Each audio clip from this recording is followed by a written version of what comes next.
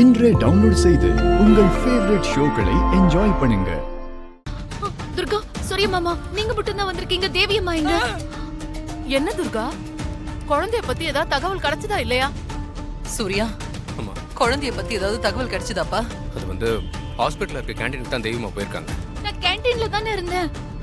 நீ தேவி மாவை பார்க்கல ஹாசினி. தேவி மாவும் உன்னை பார்க்கல போல இருக்கு. கேண்டீன்ல உட்கார்ந்திருந்த யாரோ 2 பேர் கையை பிடிச்சிட்டு தேவிமா போயிருக்காங்க.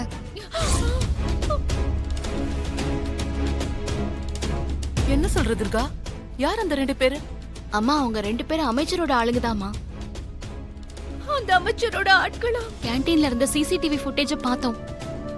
தேவிமா அமைச்சரோட ஆளுங்க கையை பிடிச்சிட்டு சாதாரணமா தான் நடந்து போயிட்டு இருந்தாங்க.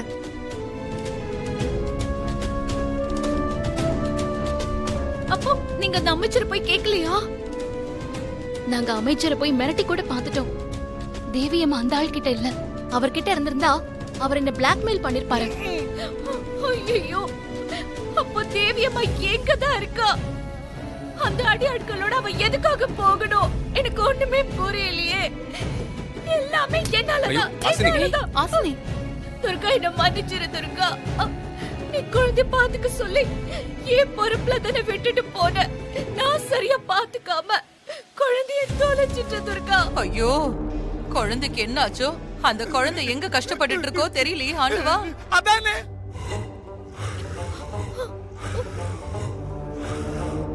மயக்கத்துல இருந்த குழந்தைய பொறுப்பா பக்கத்துல இருந்து பாத்துட்டு இருந்தா இப்படி ஒரு நிலைமை வந்திருக்குமா? குழந்தை தான் காணா போயிருக்குமா? மாப்பிள்ளையே இப்படி தேடுவானா? ஐயோ, இதே உன் குழந்தையா இருந்திருந்தா இப்படி அக்கறை இல்லாம நடந்துட்டு இருந்திருப்பியா?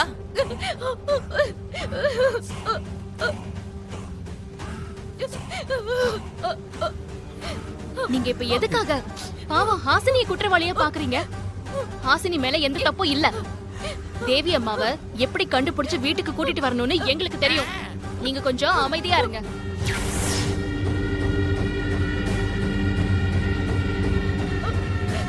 ஹாசினி, நீ ஒண்ணும் கவலைப்படாத. நாம யாருக்கும் எந்த கெடுதலும் செய்யல. அதனால தேவி அம்மாவுக்கு எந்த பிரச்சனையும் வராது. பத்திரமா வீட்டுக்கு வந்து சேர்ந்துருவாங்க. நீ ஏன் பேச மாட்ட? இதே உன் குழந்தையா இருந்திருந்தா இப்படி பொறுப்பு இல்லாம பேசிட்டு இருப்பியா? மாறி பெத்த குழந்தை தானே. நீ 10 மாசம் சுமந்து பெத்திருந்தா புள்ளையோட அருமை உனக்கு தெரிஞ்சிருக்கும். என் புள்ளைய மயக்கி பொய் சத்தியம் பண்ணி ஏமாத்தி கல்யாணம் பண்ணிக்கிட்டவ தானே நீ.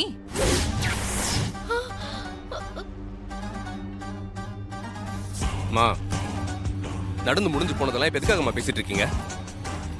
குழந்தைய காணும், கண்டுபிடிக்கிறதுக்கு என்ன வழின்றதை நம்ம பார்ப்போம். நம்ம வேற எதை பத்தியுமே பேச வேணாம் இப்போ.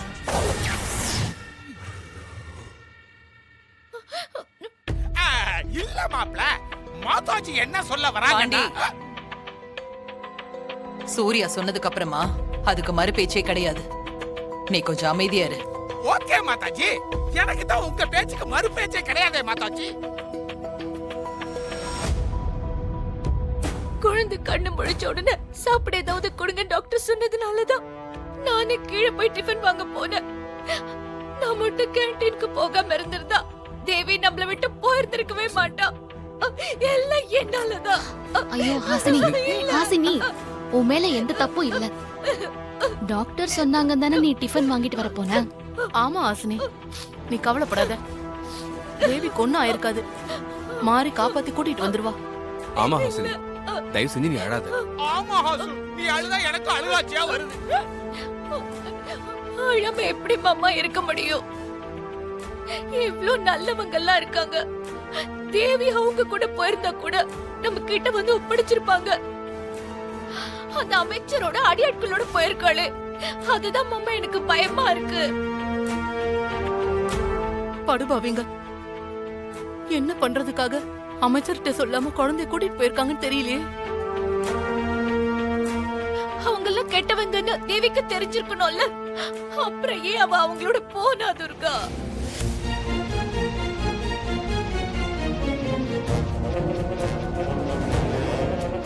அதானே, அவங்க தப்பானவங்கன்னு தேவிமாவுக்கு நல்லாவே தெரியும். அப்படி இருக்கும்போது எப்படி அவங்க கைய பிடிச்சிட்டு அவ்வளவு சாதாரணமா போனாங்க? ஆமா துர்கா, எனக்கும் இப்ப அந்த டவுட் வருது. சூர்யா, நம்ம ஹாஸ்பிடல்ல போய் டாக்டரை பார்த்து பேசிட்டு வந்துடலாம். வாங்க போலாம். என்ன விஷயம் துர்கா? சொல்றேங்க, வாங்க. நாங்க போயிட்டு வந்துடுறோம், வாங்க. வந்துடுறோம். என்ன சிஸ்டர், துர்கா என்னவோ குழந்தையோடைய ஸ்கேன் ரிப்போர்ட்ட பத்தி டாக்டர் கிட்ட விசாரிக்கிறதுக்காக அவசரமா கிளம்பி போயிட்டு இருக்கா. குழந்தை எங்க இருக்குன்னு ஸ்கேன் ரிப்போர்ட்ல தெரியுமா சிஸ்டர்? குழந்தை காணாம போனது ஸ்கேன் ரிப்போர்ட்ல எப்படி தெரியும்? முட்டாள் மாதிரி பேசிட்டு இருக்க. அப்புறம் எதுக்கு துர்கா ரிப்போர்ட்ட பத்தி விசாரிச்சுட்டு உடனே ஆஸ்பத்திரி கிளம்பி போறா? ஆ, அதான் எனக்கும் தெரியல. இரு.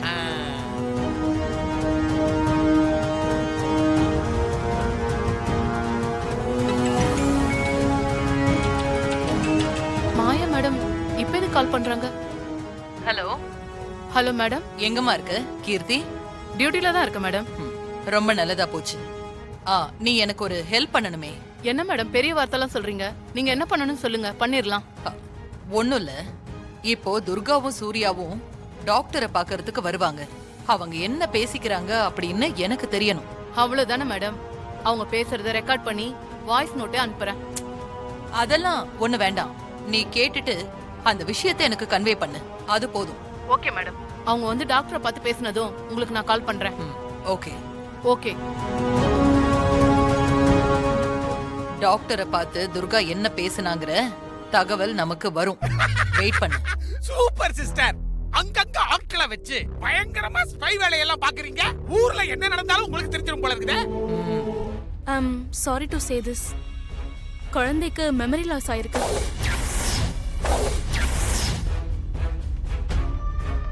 என்ன சுகன்யா சொல்ற? உங்க குழந்தைக்கு பழசெல்லாம் மறந்து போயிருக்கும். அதனாலதான் அந்த தப்பான ஆளு யாருன்னு தெரியாம குழந்தை அவனோட நார்மலா போயிருக்கு. இது என்ன மாதிரியான memory loss? Short term memory லாஸா? திரும்ப பழசெல்லாம் எப்ப ஞாபகத்துக்கு வரும்? இல்ல ஞாபகமே வராதா? ரெக்கவர் ஆகுமான்னு சொல்லு சுகன்யா. அத இந்த ரிப்போர்ட்டை வச்சு என்னால சொல்ல முடியாது. குழந்தைக்கு வேற சிடி ஸ்கேன் எடுக்கணும். அதை எடுத்தாதான் என்னால ஃபர்தர் டீடைல்ஸ் அனலைஸ் பண்ணி சொல்ல முடியும்.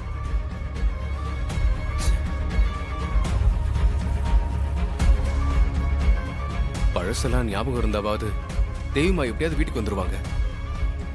இப்போ பழசெல்லாம் மறந்துருந்தா அவங்க எப்படி வீட்டுக்கு வருவாங்க? ஷூ, அவ அமைச்சர் ஆட்களோட வேற போயிருக்கா.